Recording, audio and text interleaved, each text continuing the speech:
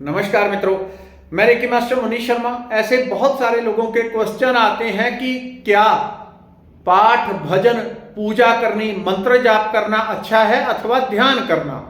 इस विज्ञान को समझ लें, फिर आपके लिए आसान हो जाएगा। चाहे वो भौतिक जीवन में उत्थान करना हो अथवा अध्यात्म में, तो बहुत आसान हो जाएगा इसको समझ कर।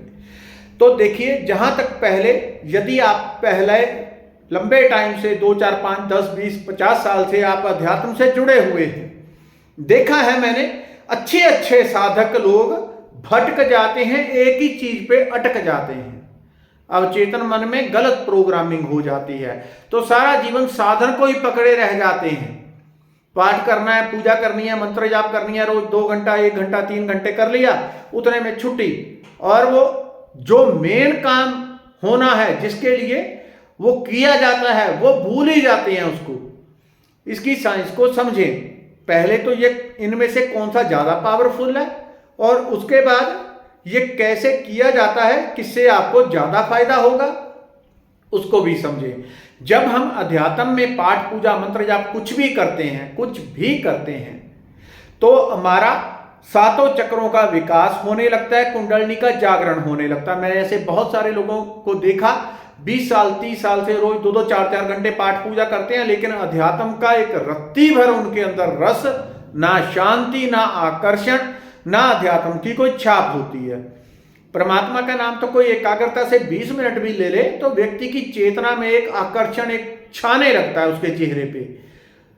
अध्यात्म एक ऐसी चीज है, लेकिन वो घंटों करके भी असफल रहते हैं। कहीं ना कहीं गलती हो रही है, उसको पकड़ना जरूरी होता है। यदि आप नए प्रवेश किया है आपने अभी, तब सबसे पहले अपने लिए ध्यान से पहले, ध्यान बाद में करें, उसके पहले कम से कम 3 महीने मंत्र जाप अथवा पाठ अथवा चालीसा, रोज जितनी आपकी सामर्थ्य हो, 1 घंटा, पौना घंटा, 1.5 घंटा, 2 घंटे, 2.5 घंटे, उतनी देर पहले 3 महीने पाठ पूजा के ऊपर लगाने चाहिए। वो क्या करना चाहिए, कोई भी एक साधन चुन लेना चाहिए। ऐसा नहीं अभी एक पाठ किया, फिर दूसरा, फिर तीसरा, फिर चौथा, वो लाइन लगा के बैठे हैं। मैंने अच्छे अच्छे साधक देखे लाइन लगा के बैठे हैं, एक काम कर रहे हैं, फिर दूसरा, तीसरा। एक भी ऊर्जा ऊपर तक नहीं पहुंचेगी, चरम तक। वो बीच में यहां तक उठ रही है, कोई हनुमान चालीसा कर रहा है, वाइब्रेशन बन के यहां तक आ रही है, तब तक उसको छोड़ के दुर्गा चालीसा पकड़ ली, वहां तक आई, फिर हनुमान स्तोत्र कुछ और पकड़ लिया, फिर सहस्त्र नाम पकड़ लिया, वो यहां तक आती, चरम तक कोई भी नहीं पहुंचा। कोई भी काम संपूर्णता से नहीं किया। एक ही काम करना है। शुरुआत में प्रथम मूलाधार के देवता होते हैं श्री गणेश। उनकी उपासना अत्यंत आवश्यक है, क्योंकि वो मूलाधार में विराजित होते हैं। सबसे पहले मूलाधार से ऊर्जा प्रकट होगी, तभी अध्यात्म में गति होगी। सबसे पहले उनका पूजन किया जाता है जितना आपसे संभव हो, अथवा उनके नाम की 1-2 माला ओम श्री गणेशाय नमः इस प्रकार की आप कर सकते हैं। उसके बाद मंत्र जाप, जो भी आपने करना है, एक ही चीज लें। गुरु द्वारा आपको मंत्र प्राप्त हुआ है तो आप परम सौभाग्यशाली हैं।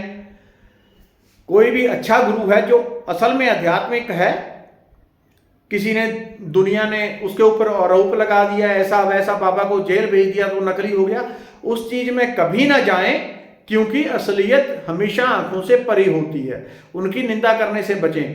आपका गुरु कोई भी हो, बहुत सारे गुरुओं को इस प्रकार से हुआ, लेकिन आपको उनको ना देख के जो गुरु द्वारा प्राप्त है, चाहे कोई छोटा, किसी भी गुरु ने आपको दिया है मंत्र जाप, तो वही मंत्र जाप पकड़ लें। फिर अलग अलग चीजें नहीं करनी है पहले 3 महीने में, और 3 महीने में रिजल्ट आ जाएगा। शरीर के इर्द गिर्द 12 प्रोटेक्शन का निर्माण हो जाता है। लेकिन बाद में मुझे मैसेज मत करना, बताइए मेरी कितनी बनी है प्रोटेक्शन। वो काम बिल्कुल बंद कर दिया। पहले उत्साह में मैं ऐसी गलतियां कर देता था, लेकिन ऐसा कुछ नहीं है। आपको गाइड कर सकता हूं, कितना क्या हुआ उसको छोड़ दें, केवल इसमें आगे बढ़ना है तो काम करें, मन लगा के साधना करें। तो पहले 3 महीने के लिए एक मंत्र का जाप करें। एक ही मंत्र, अलग अलग नहीं, एक मंत्र अथवा एक पाठ, एक चालीसा, एक स्तोत्र, जो भी करना हो उसी को करें। कोई जरूरी नहीं है कि पहले आपने स्तोत्र किया है फिर मंत्र, ऐसा कुछ नहीं। एक करेंगे तो उसकी ऊर्जा सीधी टॉप तक पहुंचेगी, क्योंकि जब भी कोई काम करते हैं तो उसकी ऊर्जा वाइब्रेशन बनती है, और लोग उसके बाद मंत्र बदल लेते हैं, स्तोत्र बदल दिया तो फिर गड़बड़ी हो गई, वो ऊपर तक नहीं पहुंच पाई। इसलिए आपने गहराई के साथ एक मंत्र का जाप करना है पहले 3 महीने। वो कैसे करना है, कम से कम 1 घंटा 1.5 घंटा तो आप बैठ के करें, एक ही आसन का उपयोग करें, एक ही आसन का, वो आसन किसी दूसरे को ना दे बैठने के लिए, तो आसन भी जागृत हो जाएगा, वो असर आपको दिखा देता है। फिर 3 महीने 4 महीने आपने 1-1 घंटा बैठ के जाप कर लिया, उसके बाद आसन के ऊपर बैठेंगे, बैठे ही वाइब्रेट होने लगेंगे, मन शांत हो जाता है। आप किसी से बातें कर रहे हैं लेकिन आसन के ऊपर बैठते ही मंत्र जाप अंदर चलने लग गया, आसन जागृत हो गया, आसन सिद्ध हो गया है।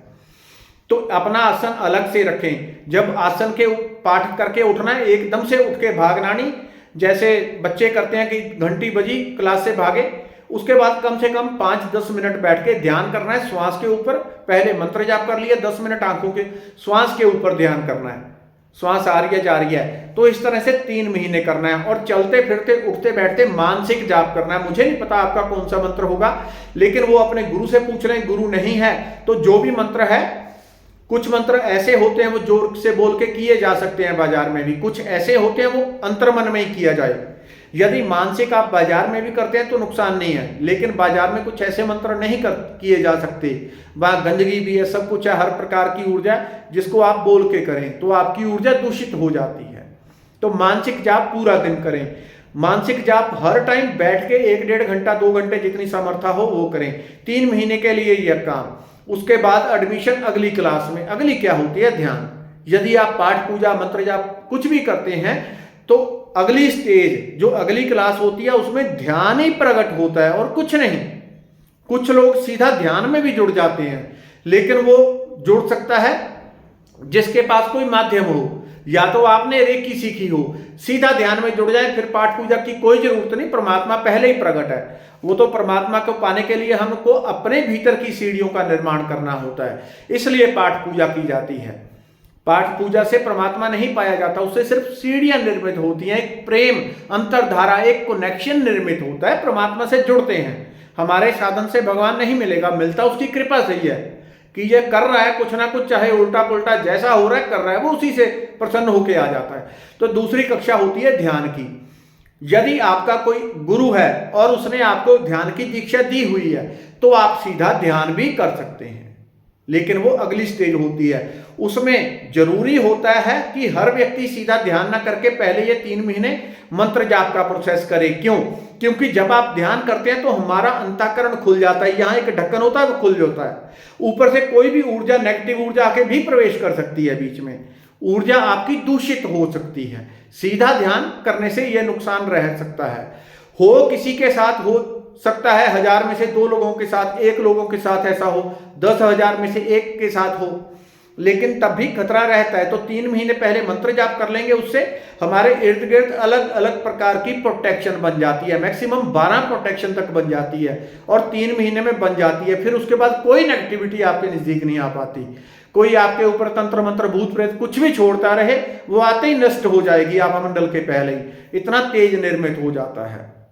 यदि आपने रेकी सीखी हुई है तब आपके अंदर ब्रह्म ऊर्जा चल रही है सीधी, फिर सीधा ही ध्यान करें, फिर पाठ पूजा की आवश्यकता नहीं है।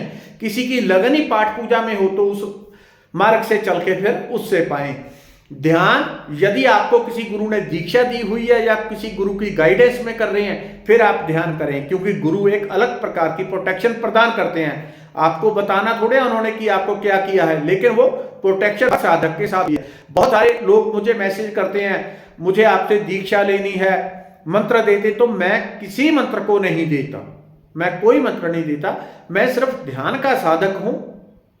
जब शुरुआत हुई थी तो मैं भक्ति का साधक था, लेकिन एक ऐसे संत ने मुझे खींच लिया अपने अंदर ब्लैक होल बन के कि पूरे का पूरा उसने मुझे ध्यान में उतार दिया। तो ध्यान ही मेरा जीवन बन गया। मैं ध्यान ही करवाता हूं, ध्यान ही सिखाता हूं, ध्यान की ही दीक्षा दे सकता हूं, अथवा रेकी सिखाता हूं। रेकी से भी बाद में ध्यान ही प्रकट होता है, लेकिन वो बहुत सहज हो जाता है। रेकी के बाद तो बहुत सहज हो जाता है। जो काम 10 वर्ष में होगा वो 6 महीने में रेकी करवा देती है। तो इस तरह से करें और अपना आध्यात्मिक, शारीरिक, मानसिक, आर्थिक हर प्रकार के लाभ आपको केवल पाठ भजन से ही प्राप्त हो जाते हैं। धन्यवाद, नमस्कार।